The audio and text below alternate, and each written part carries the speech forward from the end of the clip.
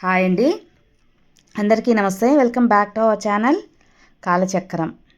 మన వ్యవస్థలో 100 మంది కలిసి ఒక పని చేస్తే ఆ పని ఎలా అయితే పూర్తవుతుందో ఆ విధంగానే ఒక వ్యక్తి తాను అనుకున్న కార్యం కోసం తనకు తానే ఒక శక్తిగా మారాలనుకున్నట్లయితే మీలో ఊహించని అద్భుత శక్తి మీ మనసు పొరల్లో క్రియేట్ అవుతుంది.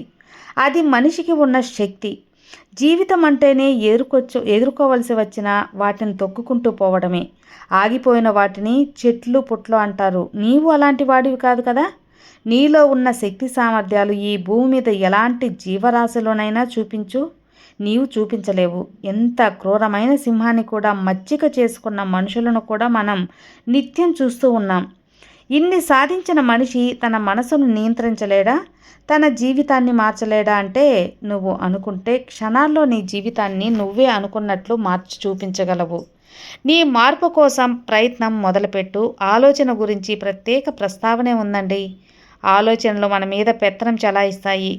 ఆలోచనలు దృష్టి దేవతలుగా, దురదృష్ట దేవతలుగా కూడా మన పురాణాల్లో వర్ణించారు. అంటే మన ఆలోచనలే సర్వస్వం. ఆలోచనలే మంచిగా ఉంటే ఎంత బాగుంటుంది మీ జీవితం. ఒక్కసారి ఆలోచించి చూడండి. మీలో అద్భుతమైన శక్తిగా ఆలోచన మారాలంటే, మీ జీవితాన్ని మంచి ఆకృతిని తెప్పించాలి అంటే అది మీ వల్ల మాత్రమే అవుతుంది. మీ మనసు పొరల్లో మంచి ఆలోచనలు నింపండి. ఎంతగా నింపుతారంటే కళ్ళు మూసుకొని తెరచి ఆలోచనలు మాట్లాడిన మీ నోటి నుంచి, మీ మెదడు నుంచి శుభం వచ్చిన అది శుభం మాత్రమే రావాలి, ఇంకేం రాకూడదు. అంతలా మీ మెదడుని మంచి ఆలోచనలతో నింపండి. మీ లోపల సంకల్ప బలాన్ని నింపుతున్న కొద్దీ మీకు ఎక్కడ కూడా తిరుగుండదు. ఒక ప్రవహించే నదిని చూడండి. ఎక్కడెక్కడ నుంచో పారుతూ ఎక్కడ ఆగకుండా ప్రయాణిస్తూ ఉంటుంది. ఎన్నో వేల మైళ్ళు దాటి వస్తుంది. వాటి పేరే తెలుసా? జీవనది అంటారు. దీన్ని బట్టి మీకు అర్థమవ్వాల్సింది జీవం అంటేనే కదులుతూ ఉండేది అని అర్థం. మీరు కూడా అంతే. ఎక్కడా కూడా మీ పైన మాగకూడదు. చలనం ఉన్న ఏది కూడా ఆగకూడదు. వీలు లేదు. వీచే గాలి, ఉదయించే సూర్యుడు ఏనాడు ఆగలేదు. నువ్వు ఎందుకు ఆగాలనుకుంటున్నావు? ఈ ప్రకృతిలో ఉన్న సమస్త జీవకోటి నీ సేవ చేయటానికే కదా ఉన్నాయి. మరి వాటిలో ఉన్న సంచలనం నీలో ఎందుకు లేదు మిత్రమా? త్రాగడానికి పనికిరావు సముద్రపు నీళ్లు కెరటాలు ఎగసి పడుతుంటే అన్ని శక్తి సామర్థ్యాలు కలిసి ఉన్న నువ్వు ఏమీ సాధించలేని వాడిగా కూర్చోవడం అన్నిటికీ విరుద్ధం. నువ్వు తలుచుకుంటే నీ సత్తా ఇంతే అనుకున్న నువ్వు నీ ఆలోచనలో నీకు ఉన్న పరిజ్ఞానంతో, నీ మనసు పొరల్లో దాగి ఉన్న ప్రపంచమైన శక్తితో ఈ ప్రకృతిని కూడా నువ్వు అనుకూలంగా మార్చగలవు. అనేక సందర్భాల్లో కూడా నీలాంటి సాధారణ స్వభావం కలిగిన మనుషులు మాటలే ఈ పంచభూతాలు విన్నాయని రాసి ఉంది. నువ్వు అనుకుంటే, నీకు నీవుగా సంకల్పించుకుంటే నీకు ఎక్కడా తిరుగుండదు. నీ మనసులో ప్రపంచమైన ఆలోచనలు జ్వలిస్తున్నంత వరకు నీ ప్రయాణాన్ని ఎలాంటి సమస్య ఉండదు. నిజానికి మీరు నిన్ను నమ్మి తీరాలి. ఎక్కడైనా మీకు ఇబ్బందిగా ఉన్నా, నా వల్ల అవ్వట్లేదు అని అనిపిస్తే తక్షణమే మీరు చేయాల్సిన పని మంచి అఫర్మేషన్ని పలకడమే. అవే మీకు మంత్రాలుగా పనిచేస్తాయి. ఫస్ట్ వన్, మీరు కోరుకున్న వాటిని సాధించలేమని మీకు డౌట్ వచ్చినప్పుడు మీరు చేయాల్సిన పని దానికి తగిన పదాన్ని జపించటం.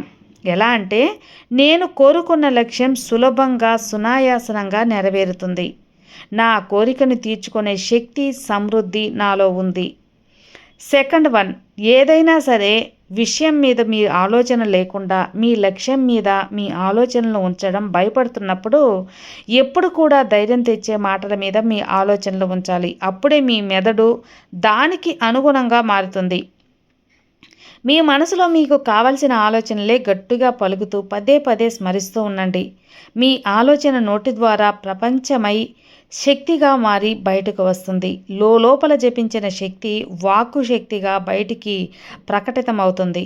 మీలో తెలియని బాధ ఏదో కోల్పోయా అని అనిపించినప్పుడు ప్రకృతితో స్నేహం చేయండి.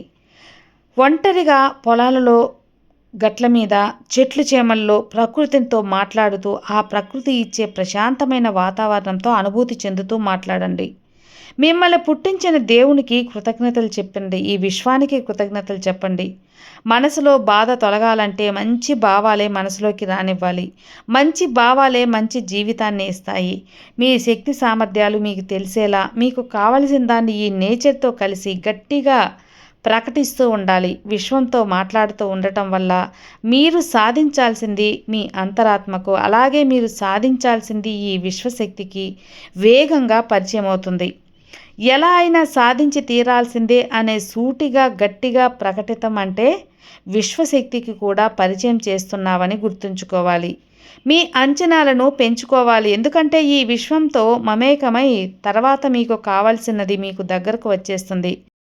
కాబట్టి మీరు మీ కోరికను ప్రకటిస్తూ అలాగే కాన్ఫిడెంట్గా ఉన్నప్పుడే శక్తి జ్వలించి చైతన్యంగా మారి హృదయం నుంచి దేహాన్ని, దేహం నుంచి కదలిక రూపంలో చురుకుగా ఆగకుండా సాగిపోయేలా ముందుకు నడిపిస్తుంది. మిమ్మల్ని ఏదైనా లక్ష్యం కోసం, ఏదైనా కార్యం కోసం గట్టిగా, నమ్మకంగా, సూటిగా చెప్పటం, ధీటుగా తెగించడం ఇవే ఎక్కడైనా ఎప్పుడైనా మీకు అండగా నిలుస్తాయి. వెనక్కి అనేది చూడకు. పదే పదే వెనక్కి వెళ్తే ముందుకు గమ్యాన్ని మర్చిపోతావు. నిన్ను చూసి నవ్వేవాడు, ఎగతాళి చేసి చేసేవాడు, ఏడ్చేవాడు అందరూ నీ ముందే ఉంటారు. అది వాళ్ళ మానసిక రోగం. కానీ నువ్వు ఎదగడానికి, నువ్వు నవ్వడానికి నీకు కావలసింది ఈ కారణాలు తప్ప ఇతరుల కారణాలు కావు. నీ బలాన్ని నువ్వు స్మరించుకో, శక్తి వస్తుంది. నీ నైపుణ్యాలను గుర్తుంచుకో, ఆత్మవిశ్వాసం పెరుగుతుంది. నీ గత విజయాలను తలుచుకో, ధైర్యం వస్తుంది. నీ అద్భుత భవిష్యత్తును దర్శించుకో, స్ఫూర్తి చైతన్యం రగులుతుంది. ఇవి ఉంటే చాలదా? ఇంకేం కావాలి మిత్రమా? నీ బలాన్ని ఇచ్చేది, విజయాన్ని తెచ్చేది ఇదే. ఎవడు ఏమన్నా ఐ డోంట్ కేర్ అని అనుకో. నీ లక్ష్యం వైపు సాగిపో. ఒక ధీరుడిలా కాలం ఎన్నడూ నిన్ను వెనక్కి చూడనివ్వదు. కాలంతో పాటు ఎదగాలి, అలాగే గెలవాలి. స్వామి వివేకానంద ఒక మాట అన్నారు, ఈ విశ్వంలో మంచికి దారి కఠినంగానూ నిటారుగానూ ఉంటుంది. అనేకులు సాఫల్యం అవ్వటం ఆశ్చర్యం, కానీ అనేక మంది పడిపోవటం ఆశ్చర్యం కాదు.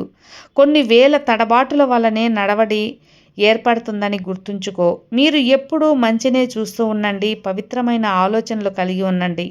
దుష్ట సంస్కారాలను అణచివేయడానికి ఇదే మార్గం. మీలో ఆత్మవిశ్వాసం అధికంగా ఉంటే మీకు ఎలాంటి అడ్డుపడే సమస్యలైనా అడ్డంగా అణచివేయవచ్చు. ఎక్కడైనా సరే బలహీనమైన పరిస్థితి అనేది మనసులో నుంచి మొదలవుతుంది.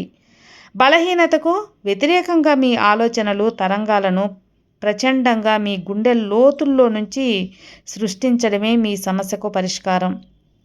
నీ మనసులో చైతన్యాన్ని, దేహంలో దృఢత్వాన్ని శాసించే నీ సంకల్ప శక్తి నువ్వు ఆశించిన గెలుపు తప్పకుండా సిద్ధింపచేయటానికి ఈ సంకల్ప శక్తి 100 రెట్లు సహాయపడుతుంది.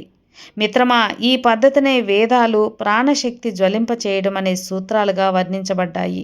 ఈ యూనివర్స్తో నువ్వు మమేకం అవ్వాలంటే నీలో మంచి ఆలోచనలే సాధ్యమని గుర్తుంచుకో.